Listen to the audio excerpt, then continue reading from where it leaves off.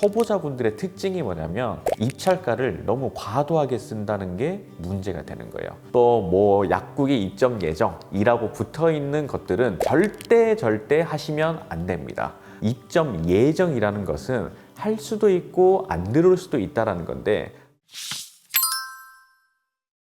일단은 금리 인하가 되는 것 자체가 투자 심리가 회복되는 시기이기 때문에 이때일수록 우리가 어떻게 투자 방향을 설정해 나가는지가 굉장히 중요하다고 볼 수가 있겠습니다. 잘 아시는 분들은 아마도 상가와 같은 월세 차익형 상품을 도전들을 많이 하세요. 왜냐하면 지금은 금리가 이제 확 떨어졌다라기보다는 내려갈 거라는 기대 심리가 있는 것이고, 지금 상가 분위기가 많이 안 좋단 말이에요.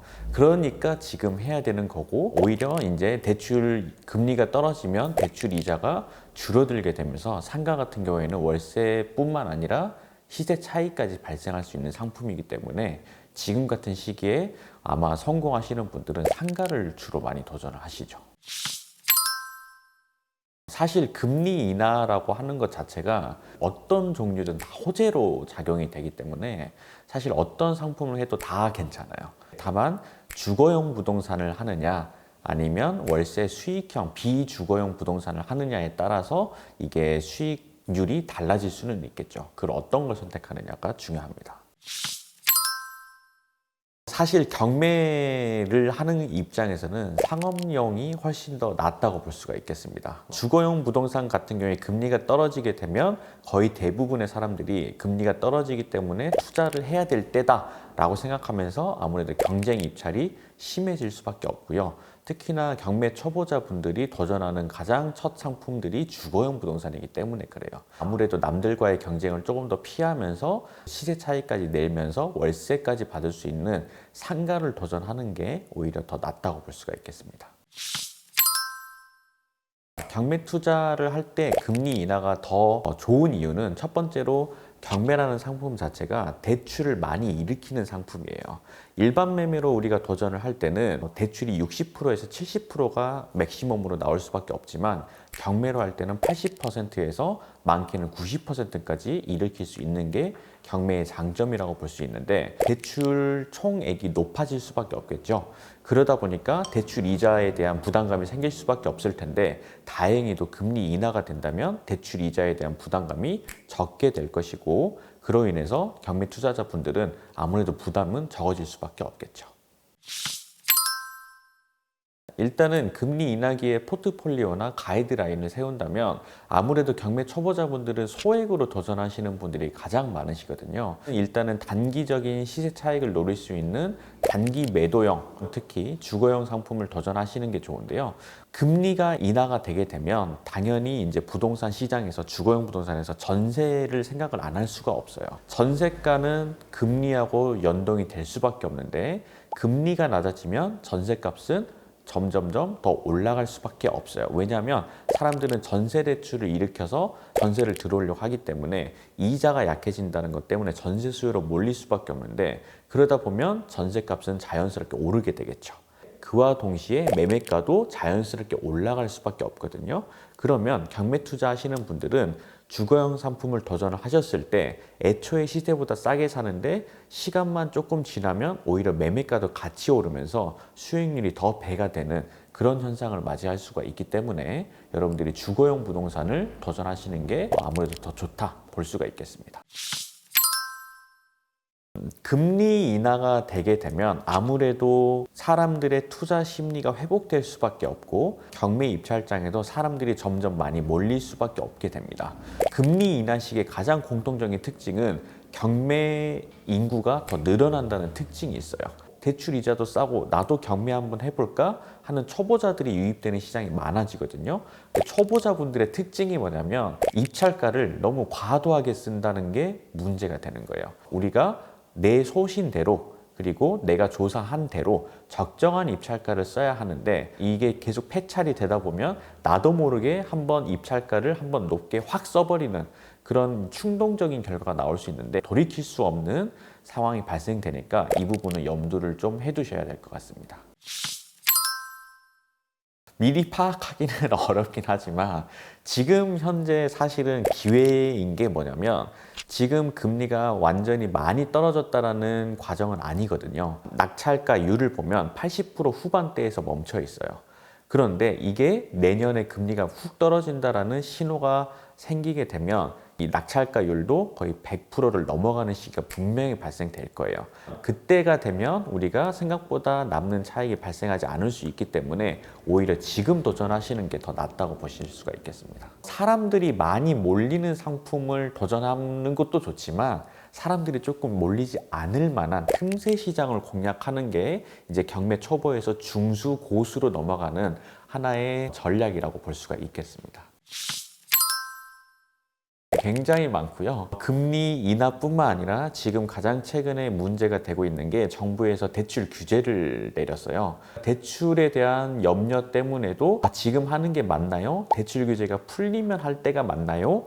또는 금리가 떨어졌을 때 하는 게 맞나요? 아니면 지금 하는 게 맞나요? 정말 수많은 질문들이 들어오는데 공통적으로 하는 얘기는 그런 거 상관없이 그냥 지금 하는 게 맞다. 그때가 되면 그때 또 해결 방법이 생기는 것이고 지금 당장 또 해야 될 일이 있으면 지금의 해결법을 사용해서 지금 당장 돈을 버는 게 중요하기 때문에 그때 가면 또 그때 방법이 생기니까 너무 걱정하지 마시고 지금 하는 게 맞다라고 설명을 드리죠. 경매라는 거는 어떤 상황이 생기든 예측하지 못하는 문제들이 발생을 해요.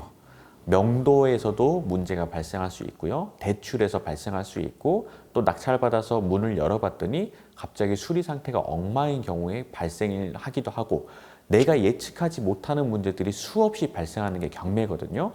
지금 현재 상황에서도 예측할 수 없는 문제들이 산재해 있는데 경매 투자를 잘하려면 그런 것들을 잘 대응하는 거에 집중을 하시는 게 중요하지 미리 예측해서 그로 인해서 어떤 행동을 해야 되겠다라고 하는 거는 조금 맞지 않다고 생각하고요. 지금 당장 할 수 있는 일에 대해서 내가 집중하고 문제를 해결하는 데 집중하는 게 맞기 때문에 그래서 지금 해라 라고 항상 설명을 드립니다. 일단은 금리 인하라는 것 자체가 부동산 시장에서는 모든 면에서 호재로 작용할 수밖에 없어요. 그렇다고 해서 무조건 모든 게 좋은 것이냐 그렇게 생각할 수는 없겠죠. 특히나 우리는 경매 시장에 있기 때문에 경매에서 아무래도 경쟁을 줄이는 그런 쪽으로 나아가야 되는데 금리 인하가 됐을 때 사람들이 굉장히 많이 몰려서 시세 차익이 많이 발생하지 않을 수 있다는 게 리스크라고 볼 수는 있습니다.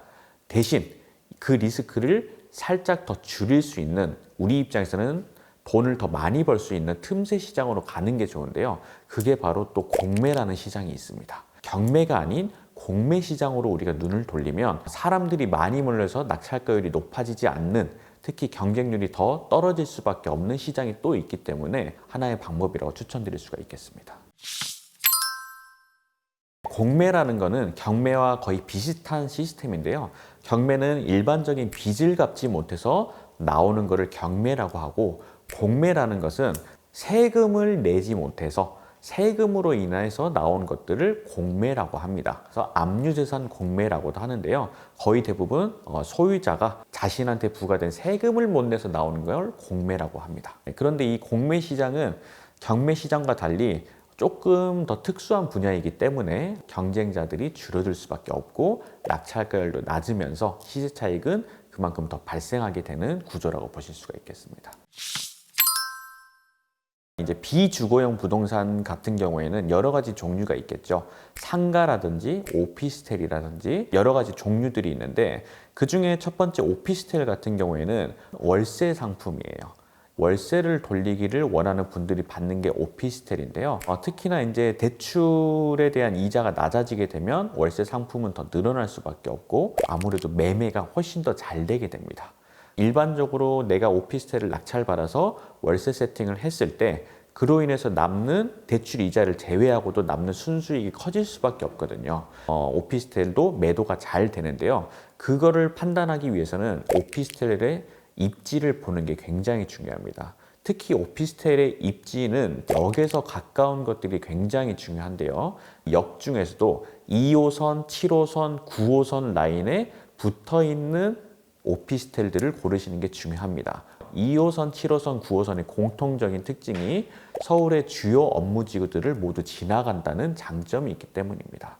직장인 분들이 월세로 거주하시는 오피스텔 상품을 고르신다면 이 점을 포인트로 두시고 검색해 보시는 게 좋을 것 같고요. 이제 상가 같은 경우에는 따로 이제 우리가 입지를 보는 게 중요한 게 첫 번째로는 배우 세대, 주변에 얼마나 많은 세대를 끼고 있는지, 그리고 두 번째로는 얼마나 많은 유동 인구가 지나가는지, 그리고 마지막 세 번째로는 내 상가가 1층인지 고층인지에 따른 어떤 업종이 들어올 수 있을지에 대한 미리 분석이 조금 필요할 거라고 볼 수가 있겠습니다. 1층 같은 경우에는 들어오는 상가가 카페라든지 아니면은 음식점, 그 다음에 술집, 네일샵 이런 것들이 들어오는데요. 2층, 3층에는 우리가 병원이라든지 학원이라든지 특수한 목적성을 가지고 오는 곳들이 고층으로 올라가는 특징이 있기 때문에 내가 도전하려고 하는 상가가 어떤 층에 있느냐에 따라서도 우리가 전략을 잘 세울 수가 있겠습니다. 자, 이거는 정말 주의하셔야 됩니다. 어떤 상가들을 지나가다 보면 여기에 1층에 어떤 특정 카페가 입점 예정, 또 뭐 약국이 입점 예정이라고 붙어 있는 것들은 절대 하시면 안 됩니다. 입점 예정이라는 것은 할 수도 있고 안 들어올 수도 있다라는 건데, 거의 대부분 처음 보시는 분들 이거 진짜 들어오나 보다 하고 덜컥 계약했다가 나중에 이거 입점 취소됐습니다 했을 때 돌이킬 수 없는 상황이 발생되거든요. 그런 부분들은 꼭 절대 하지 않아야 될 상가라고 보시면 될 것 같습니다. 예정이라는 말에 현혹되시면 안 돼요. 그 예정이라는 거는 들어올까 하다가 취소됐습니다 해버려도 어떻게 법적인 조치를 취할 수가 없는 거기 때문에 조심하셔야 됩니다. 거의 대부분 그렇다고 보시면 됩니다. 특히 이제 분양상가 같은 경우에는 1층에는 약국이라든지 편의점, 카페들이 들어오고 2층에는 학원이나 병원이 입점 예정이라고 써놓은 것들이 이 업계에서는 손님들의 이목을 집중시키기 위한 하나의 수단일 뿐이고, 심지어는 실제로 입점시키는 경우도 있습니다. 그게 3개월 뒤에 그냥 취소하고 나가는 경우도 많거든요. 그로 인한 피해는 우리한테 다 오롯이 우리한테 오기 때문에 절대 조심하셔야 됩니다. 이렇게 현수막이 붙어 있는 특히 분양 상가를 이제 낙찰받거나 혹은 일반 매매로 매수를 하신 분들 입장에서는 이게 분양가 자체가 굉장히 높습니다. 이 분양가를 잔금 납부를 하기 위해서 대출을 일으키거든요. 그 대출 이자가 만만치가 않습니다. 그러면 그 대출 이자보다 더 높은 월세를 받아야만 하는데, 여기에도 공실, 옆에도 공실, 그 옆에도 공실이면 자연스럽게 월세를 낮출 수밖에 없는 상가 소유주들과의 경쟁이 치열해질 수밖에 없고요. 이 상가에 들어오려고 하는 임차인 입장에서는 더 낮은 월세를 찾고 더 낮은 월세를 찾고 이렇게 되다 보면 이 분양 상가 자체가 월세가 굉장히 낮게 형성될 수밖에 없게 됩니다. 이 상가를 분양받은 분은 거의 대부분 어떻게 되냐, 경매로 이 물건을 청산할 수밖에 없는 그런 현상들이 생기게 되거든요. 경매당하고 싶지 않다면 분양상가는 절대 하지 마십시오. 지금은 금리가 이제 4%에서 5%대인데 이게 2%에서 3%까지 떨어지고 시간이 지나면 다시 또 금리는 오르고 또 낮아지고 이 사이클을 반복하게 되는데요. 결국에는 가장 이제 돈을 많이 벌고 자산이 늘어나는 시기는 언제인가 살펴보면 금리가 높았다가 낮아지는 시기, 즉 지금이죠. 이 시기에 투자하신 분들이 가장 많은 투자 수익률을 내시는 것 같아요. 왜냐하면 금리가 낮아지면 누구나 그때는 달려들기 시작하거든요. 그러면 내가 바닥권에서 샀다가 위에서 팔게 되는 꼴이 되는 거니까 지금이 금리 인하 시기죠. 점점 떨어질 때 지금 도전하셨다가 금리가 이제 오를 것 같다라는 얘기가 들릴 때 매도를 하시면 가장 좋은 투자 사이클이지 않을까 싶습니다. 보이진 않습니다. 왜냐하면 금리 인하가 되는지 금리가 오르는지에 대한 판단을 제가 하는 게 아니라 어떤 정부의 정책이라든지 세계 경제의 변화라든지 이런 것들을 모두를 알고 한다면 제가 이 자리에 있지 않겠죠. 그렇지만 중요한 거는 그 금리 인하 시기라는 사인이 보였을 때 내가 어떻게 빠르게 판단을 해서 결정을 내리느냐, 그 판단력과 결정력에서 차이가 온다라고 생각을 합니다. 네, 대응의 영역인 거죠.